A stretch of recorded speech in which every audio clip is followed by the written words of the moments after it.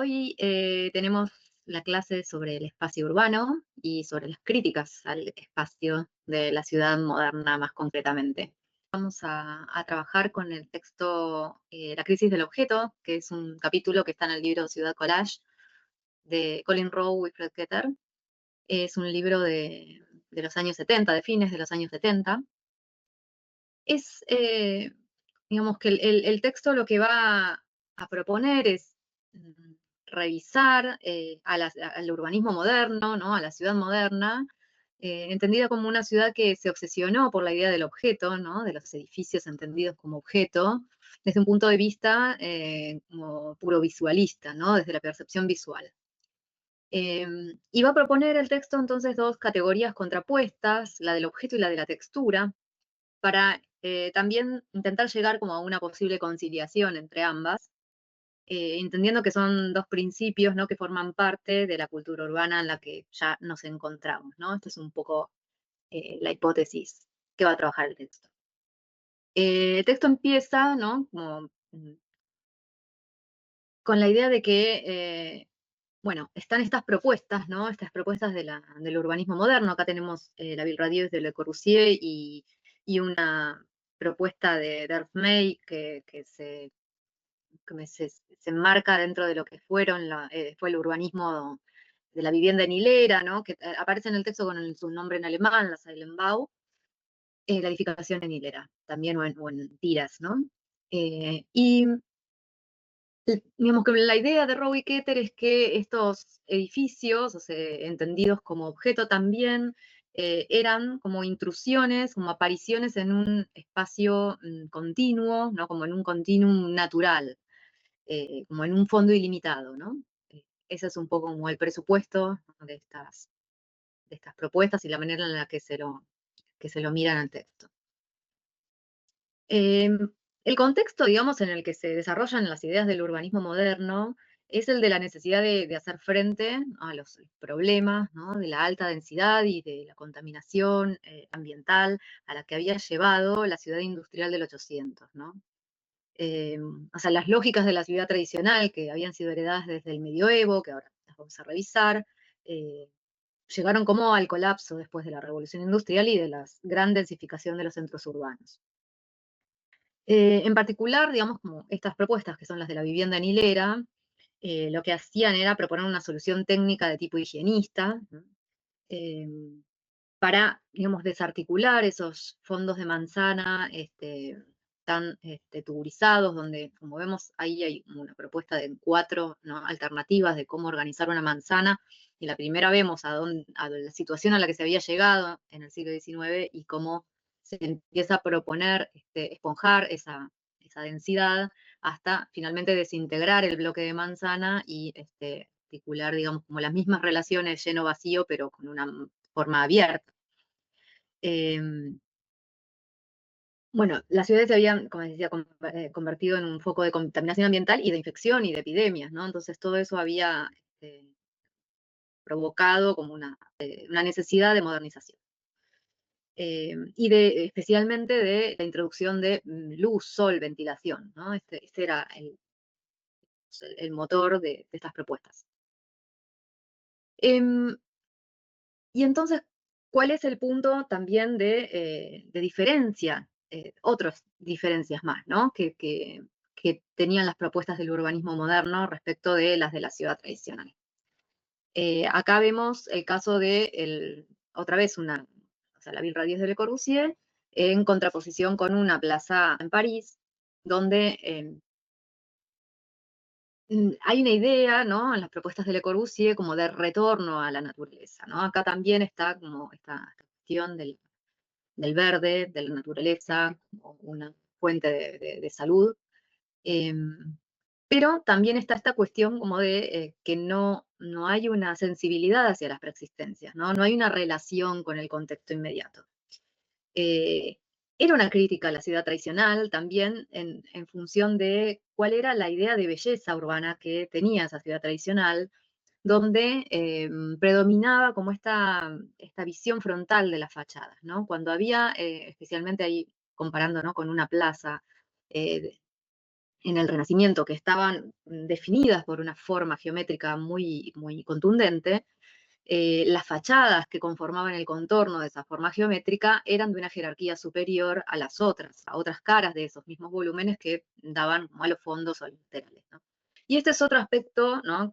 En el que la ciudad moderna, o sea, el urbanismo moderno, intentó como producir un cambio, ¿no? Que es la idea de que estos nuevos objetos sueltos en un espacio ilimitado también generaban un tipo de ciudad más, como si fuese homogénea, donde había más igualdad, donde los objetos eran unos iguales a los otros, donde además el mismo objeto tenía todas sus caras o sus fachadas equivalentes, y no había jerarquías, ¿no? Predominaba esta neutralidad supuesta, esta universalidad. En el marco, digamos, de estas ideas, la disolución de la calle era, ¿no?, un poco inevitable, van a decir los autores, y también surge otra necesidad más, que viene de la mano de la modernización de las ciudades ya a mediados del siglo XIX, que la van a trabajar con estos ejemplos, que es la necesidad de modernizar las infraestructuras, ¿no? Especialmente de las infraestructuras viales. Entonces, esto dio lugar, en el caso que vemos arriba de la ciudad de París, de los proyectos de Haussmann de mediados del siglo XIX, a la como transformación de la ciudad a partir de la introducción de estas tramas viales, que lo que hacían eran unir determinados centros de confluencia, nodos, eh, y que daban entonces como resultado digamos, una trama que se superponía, digamos, a una masa densa, sólida y ocupada, eh, y donde entonces luego las manzanas por dentro, no tenían como una organización racional, sino que eran un poco la resultante de la ocupación, ¿no?, de ese perímetro, que quedaba como contracara, digamos, de la forma de las calles. Eh, Lo que van a decir esto de Rowe y Keter es que el proyecto que vemos abajo, que es el de Amsterdam Sur, fue, digamos, como una solución también, ¿no?, a estos problemas que tenía la ciudad industrial del siglo XVIII y XIX. Está enmarcada dentro de estas nuevas ideas de modernización de la ciudad que proponen más luz, más aire, más verde. Em, pero van a decir que ese sólido continuo que tenían las ciudades como París arriba fue reemplazado por un vacío continuo, ¿no? O sea, van a poner el ojo a la falta de equilibrio entre el lleno y el vacío, la predominancia del vacío, ¿no? Que ya no solo está en las calles, sino que también, y en las grandes avenidas con bulevares, sino que también aparecen como otra, digamos, como otra estrategia, que es la de que los edificios, en el proyecto de Ámsterdam, no son solamente la resultante de una manzana rellenada, sino que los edificios también tienen en sí mismos una forma muy racionalizada, ¿no?, que es resultado eh, de estas lógicas funcionalistas, ¿no?, en la que los mismos edificios tienen la forma resultante del espacio interior, ¿no? Ahí es cuando, bueno, el texto va a citar como esas palabras de Le Corbusier, donde habla de que el edificio es como una pompa de jabón, ¿no?, y su forma exterior es la resultante de su espacio interior.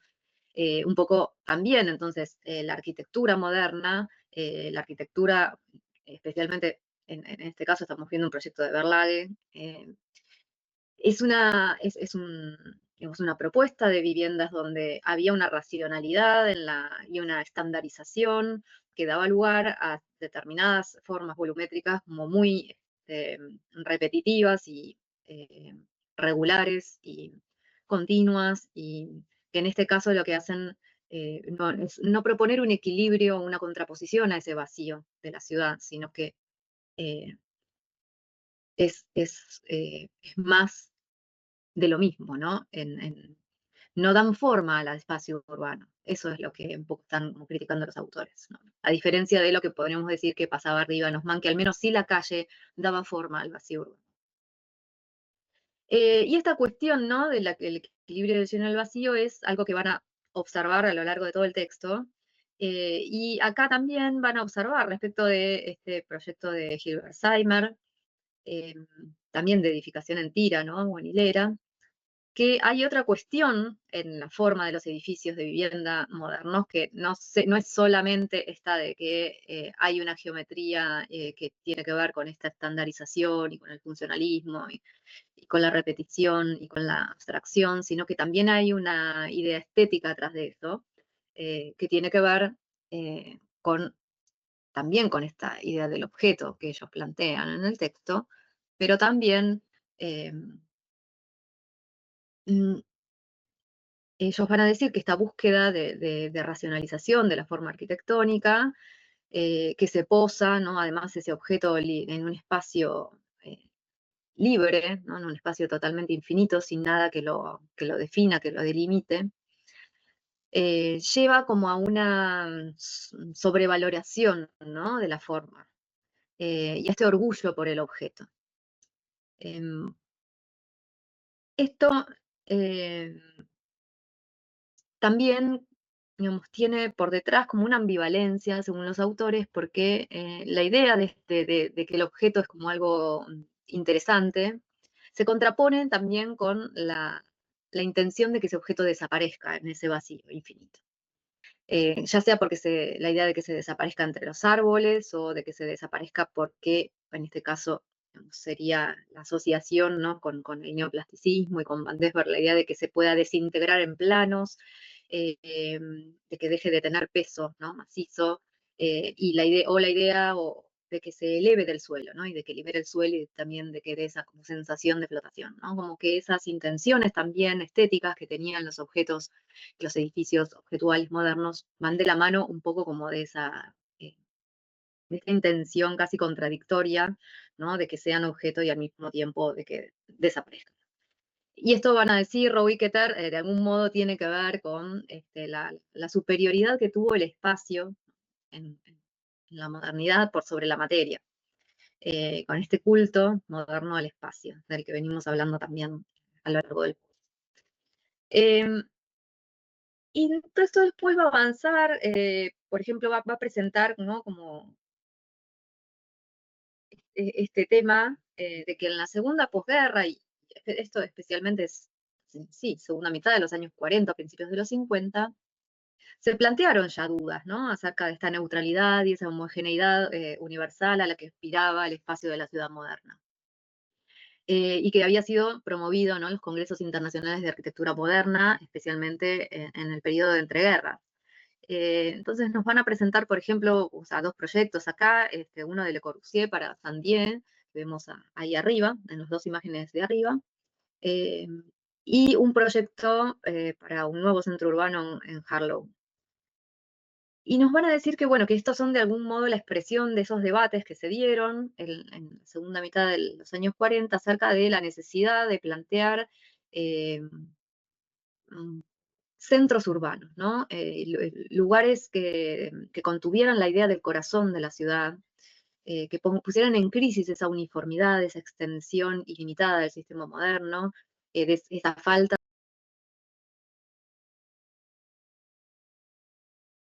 entonces en las ciudades.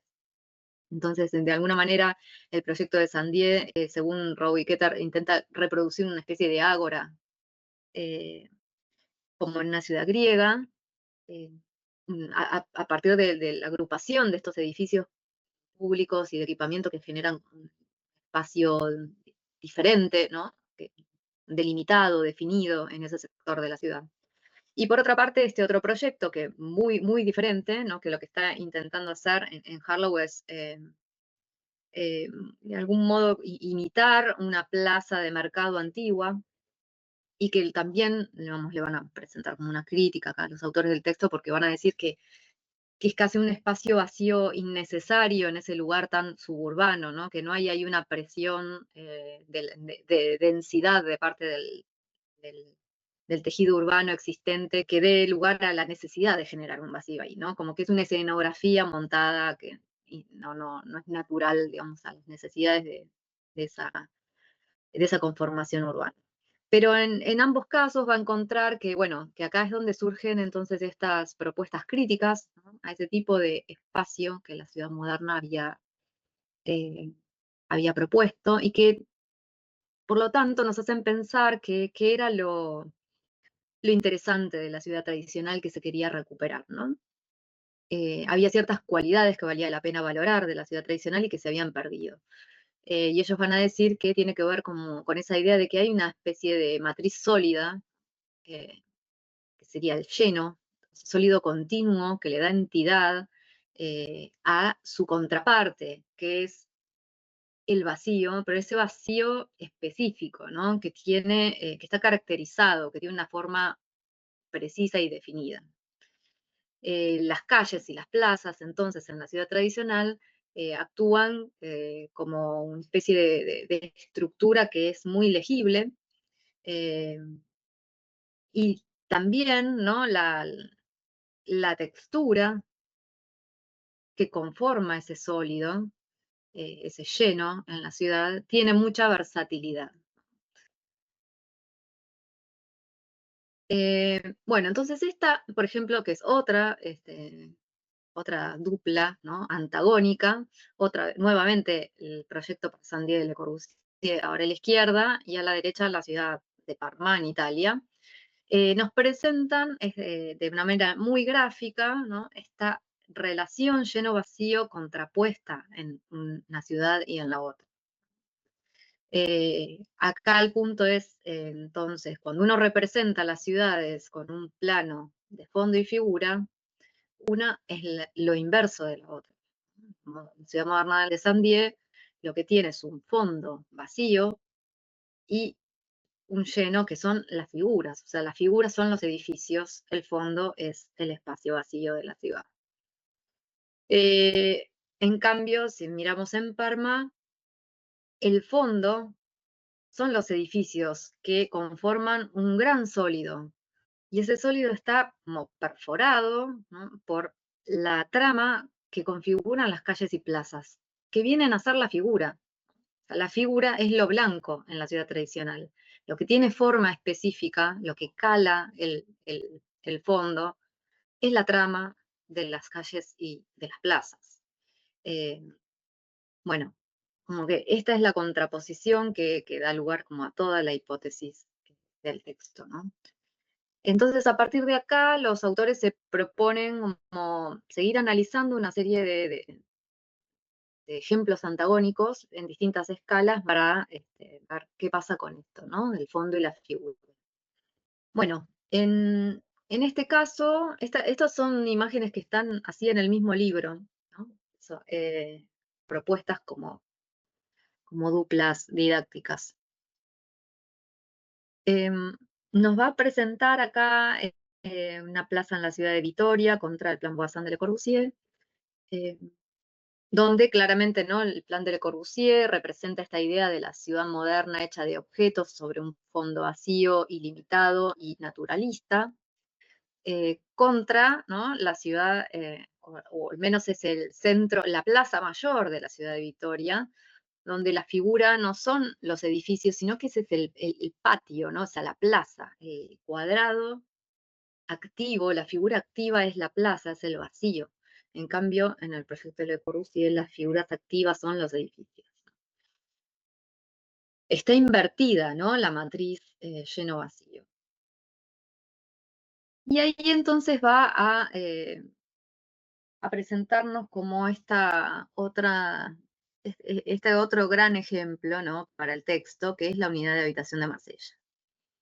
En la unidad de habitación de Marsella que vemos a la derecha, ¿no? Es la imagen que vemos en planta de techo con sombra. O sea, el edificio es esa figura, ¿no? Que se posa sobre un fondo ilimitado. Y nos va a presentar a la izquierda el caso del Palacio Uffizi en Florencia, de Vasari, un edificio del Renacimiento que está como introduciendo una figura también rectangular equivalente, muy semejante en proporciones a la unidad de habitación de Marsella, sobre un tejido, digamos, previo, ¿no? Medieval, mucho más irregular. Pero nos va a decir que la figura activa, ¿no? En el caso del proyecto de Vasari, es un vacío y genera un espacio urbano delimitado, definido, caracterizado. En cambio, la figura activa, en el caso del pabellón de Marsella, es el edificio y no está generando, ¿no? un espacio urbano de interés. No está definiendo nada en relación al espacio urbano. Acá lo podemos ver en la comparación un poco enrocados, pero es así, ¿no? Con el pabellón de Marsella se podría introducir en el vacío del Palacio de los. Tal vez no es la misma escala, pero es una proporción muy semejante. Y los autores lo que van a decir es que, bueno, que estas propuestas de la relación fondo y figura del espacio moderno, el espacio urbano moderno, es un poco condenable, van a decir, o como criticable, ¿no? Porque es necesario, es un marco, una delimitación, ¿no? Es necesario como un campo en el que estén los objetos operando, interactuando por proximidad, por identidad, ¿no? Eh, por una estructura en común. O sea, está faltando algo cuando no existe ese marco delimitado. Eh, También van a decir bueno, que un poco la idea de que la liberación de ese suelo y la existencia de mucho más espacio libre, ¿no? Entre comillas, iba a dar lugar a mayor libertad o una ciudad con más espacios de uso público, no es tan así o no fue tan así, porque efectivamente muchos de esos espacios abiertos no son públicos, sino que son terrenos privados y que bueno, finalmente no necesariamente eso da lugar a espacios de mayor interacción social, ¿no? Cosa que van también a criticar con ese juego de palabras de la ciudad en el parque, que se convierte en la ciudad en el aparcamiento, ¿no? Finalmente en muchos casos son espacios abiertos, no ocupados, pero que terminan siendo estacionamientos.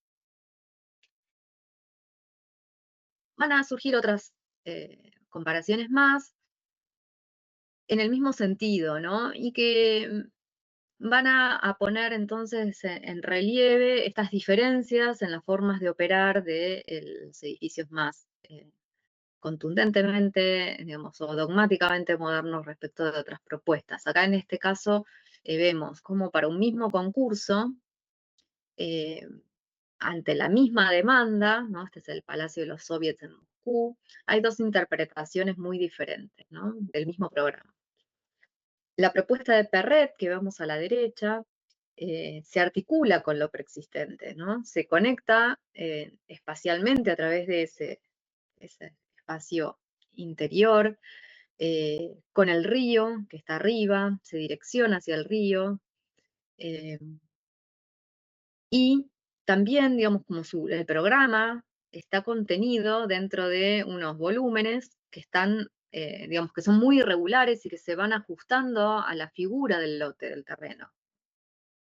En cambio, el proyecto de Le Corbusier que vemos a la izquierda y que lamentablemente está rotado, lo podríamos entender mucho más, porque tiene el río abajo y está en otra escala, el de Le Corbusier respecto del de Perret que está a la derecha, pero bueno, lo podemos entender igual. El de Le Corbusier eh, es realmente un objeto, ¿no? Responde a una no tanto a dar una respuesta específica a ese lugar, ¿no? O a las condiciones del contexto urbano inmediato, sino más como una construcción simbólica, ¿no? Y se constituye en sí mismo como una composición muy aislada, muy ensimismada, ¿no? Muy autónoma. Esa sería como la palabra. Es de alguna manera una composición moderna, pero es una composición, ¿no? Hay un eje, hay una simetría, hay una figura geométrica para cada función, ¿no? Es una composición funcionalista, claramente, pero que es absolutamente, digamos, como autónoma respecto de su contexto. Después también, entonces, van a aparecer estas otras comparaciones que van en el mismo sentido, ¿no? En el caso de la izquierda vemos un proyecto de Asplund, y en el de la derecha, nuevamente una ciudad o una propuesta urbana de Le Corbusier, para París en este caso, donde, bueno, en el caso de Asplund vemos cómo las figuras del edificio bueno, el edificio que es difícil de distinguir, ¿no? Justamente respecto de lo que es entorno, es esto que vemos acá, cómo se va a- acomodando, podríamos decir, a cada situación, accidente coyuntural de ese terreno, de ese contexto. Eh, en cambio, bueno, un proyecto para otra situación, ¿no? Urbana y para otra demanda, pero de Le Corbusier incluso hasta como que se impone por encima de la ciudad persistente, en este caso un sector de París, y la transforma y violentamente, ¿no? No sin ninguna relación sin ninguna sensibilidad por adaptarse a la preexistencia, sino todo lo contrario, ¿no?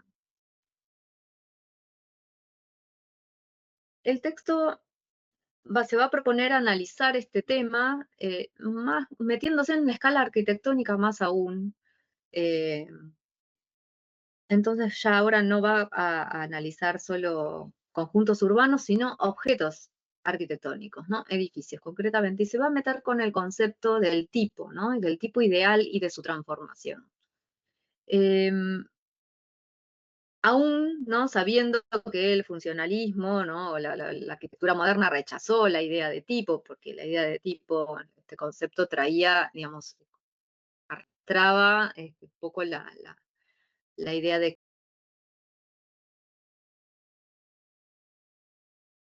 formales que vienen heredándose a lo largo de la historia, y entonces de alguna manera los edificios reinterpretan, ¿no? Las formas del pasado, y eso es algo que en verdad el funcionalismo rechazó, ¿no? Recuerden que lo vimos también en otras clases, como eh, la arquitectura moderna se presentaba como una alternativa de dar forma a través de la función y ya no de una tradición cultural. Pero aún así va a encontrar que hay algo en la idea de tipo que tiene que ver con la idea del objeto, ¿no? Y que en este caso vemos, ambos casos son edificios que responden a un tipo ideal, que es la iglesia central, de planta central, ¿no? Con cúpula. Em, en el caso de la izquierda vemos Santa María de la Consolación en Todi, que representa como ese tipo ideal, y que además se presenta y se materializa como un objeto aislado en todo su perímetro, y su forma no está afectada por nada que exista a su alrededor. En cambio, a la derecha vemos Santa Agnese en Piazza Navona, que es una iglesia que, respondiendo al mismo tipo, se transforma para adaptarse a su coyuntura urbana. Es una iglesia que está en el lateral de la Plaza Navona, en Roma, que la pueden ver si ven un plano de Noli, de los que están estudiando, la pueden ver muy claramente porque es una plaza muy grande y alargada, que tiene una punta, una terminación en curva, pero no es esa punta donde está este edificio, sino todo lo contrario, esta iglesia está en uno de los laterales largos, y que no solo se adapta, digamos, se continúa totalmente con la línea de la fachada de la plaza, sino que genera una situación específica, ¿no? En donde está el acceso a la iglesia, eh, rehundiendo, ¿no? Esa fachada y generando una leve concavidad ahí, ¿no? En esa situación que además se alinea con esta fuente que tiene en el centro de la plaza.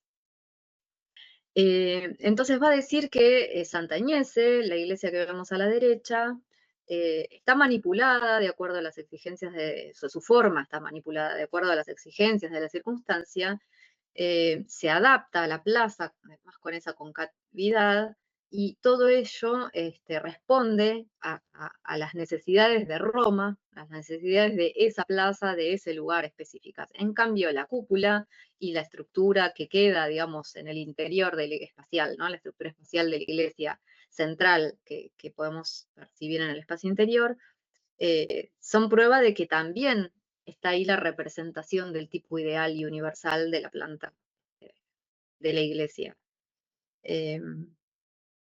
Con lo cual es todo, ¿no? Dice Santa Agnese en Piazza Navona es Roma y es el universo. Simultáneamente representa ambas cosas. Otro ejemplo, ¿no? Que aporta esta misma idea, la idea de que existe un tipo ideal en la arquitectura a partir del Renacimiento, que puede ser entendida como objeto, y que por otra parte también existen algunos de esos o sea, ejemplos que trabajan con la idea del tipo ideal y a su vez con la idea de la adaptación de ese tipo ideal a la situación urbana específica, van a ser estos dos palacios, el Palacio Farnese y el Palacio Borghese, ambos en Roma. Acá el texto es donde más desarrolla entonces estas dos nociones que comentaba al principio, que son las del objeto y la textura, ¿no? El Palacio Farnese es el claro ejemplo de un objeto y el Palacio Borghese es el ejemplo de un edificio de textura. Eh, el Palacio Farnese es un caso típico, ¿no?, de palacio renacentista,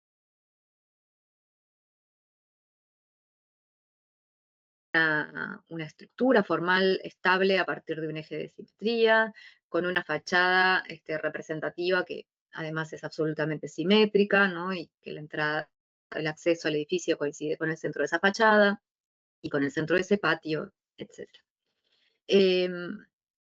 Y el Palacio Borghese también es un palacio que responde al tipo palacio urbano renacentista, pero además está, digamos, como afectado en su contorno en relación a la figura del lote, ¿no?, al que está implantado. Entonces, su forma final es imperfecta y es elástica, se adapta, ¿no?, a esta riqueza accidental del contexto. Un poco esto mismo, van a decir los autores, podríamos ver si analizamos el Hotel de Beauvais en París, que es el edificio que vemos a la izquierda, donde también hay algo en su interior, ¿no?, que tiene que ver con ese espacio principal, de ese patio que articula eh, tanto como el hall de acceso como la fachada, ¿no? La fachada es absolutamente simétrica, no expresa para nada la complejidad y la irregularidad de su interior, así como la forma de ese patio, ¿no? Pero todos los espacios luego se van como acomodando a las circunstancias de una irregularidad propias del sólido urbano, ¿no?, de la ciudad preexistente. Em, En cambio, la Villasaguada de Le Corbusier es un objeto, ¿no?, que no absorbe nada de lo que hay a su alrededor. Tampoco está en una situación urbana, ¿no?, de edificio, de lote entre medianeras como la del Hotel Beauvais.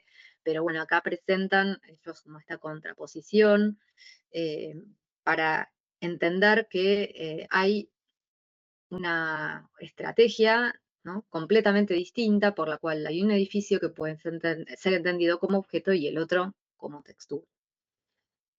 También van a ver algo que es un poquito más complejo, que van a ver que en el texto trabaja, que en este caso, en el del Hotel de Beauvais, que es la idea del espacio Poget, ¿no?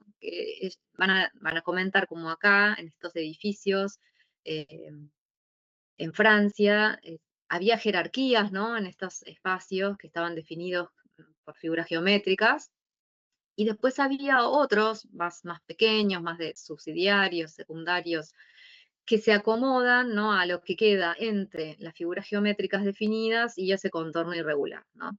Y eso se llama espacio Poget, como ese espacio que queda ahí remanente y que un poco se, se encarga de amortiguar esas diferencias, ¿no? Esto es algo que después lo quieren trasladar a este ejemplo, al ejemplo que vemos a la izquierda del edificio Manica Lunga en el Quirinale, porque van a decir que el edificio mismo, o sea, el lleno, el sólido de este edificio es como un pollé respecto de los vacíos de la ciudad. Porque van a decir que este edificio es muy particular, tiene una figura positiva en el patio, ¿no?, una figura totalmente definitoria de la forma que es este espacio rectangular, como los palacios renacentistas, pero también la calle es una figura definitoria del contorno del edificio.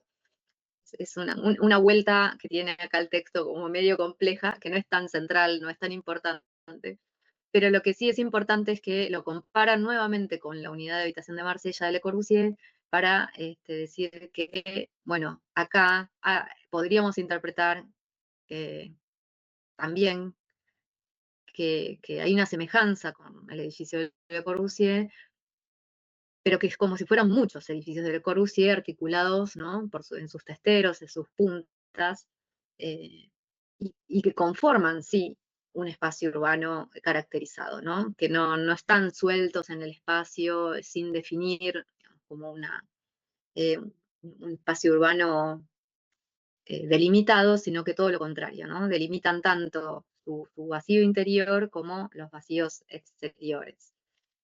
Mantiene ese patio, dice, perfecto, y también responde el contexto urbano, ¿no?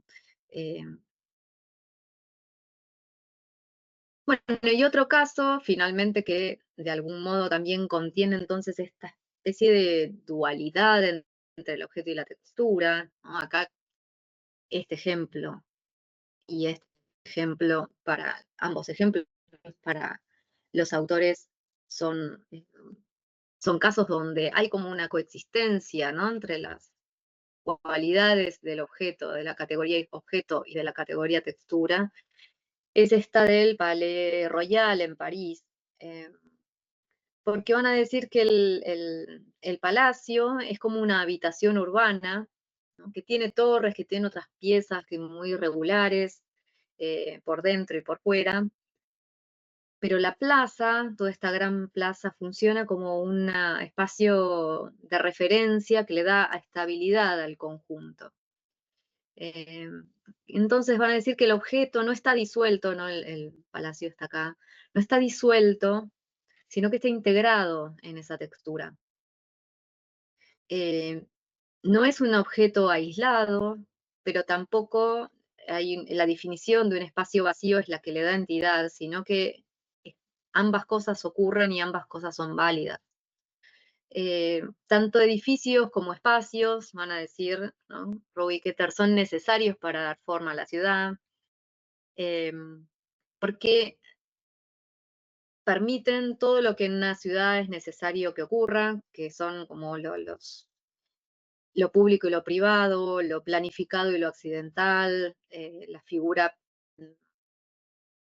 regular y la irregular, ¿no? Lo universal y lo local, todas estas ambivalencias, son todas estas contraposiciones, eh, existen, ¿no? Coexisten y tienen que coexistir en la ciudad. Entonces, bueno, la propuesta un poco del texto finalmente es esta, ¿no? La de pensar en que son condiciones de posibilidad combinables y que así deben serlo porque están en todas las ciudades, digamos, como estas dos propuestas conviviendo, o estas dos representaciones conviviendo. Tanto la ciudad tradicional como la ciudad moderna, de manera fragmentaria, están en todas las ciudades, al menos en todas las ciudades que ellos analizan, que son ciudades europeas de larga historia, que entonces contienen capas de todos los momentos que se fueron, digamos, como revisando hasta entrado el siglo XX. Finalmente, entonces el texto va a llevar a una especie de nuevo ejemplo que, que resume, sintetiza, ¿no? Estas ideas, y que son el espacio en la ciudad griega, en la Acrópolis de Atenas, contra el espacio de la ciudad romana, en este caso en los foros imperiales.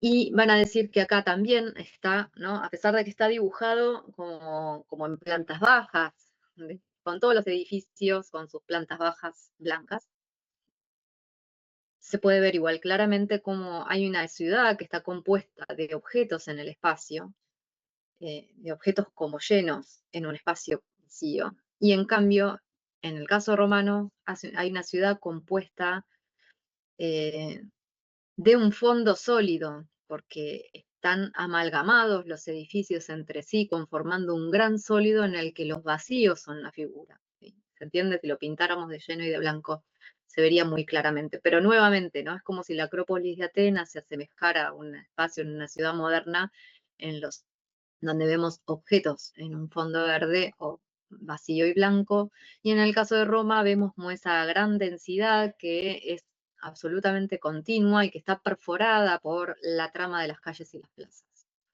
Y que esta es como una especie de, para ellos, de diferencia en la cultural, ¿no? En la propuesta urbana de cada una de estas dos civilizaciones.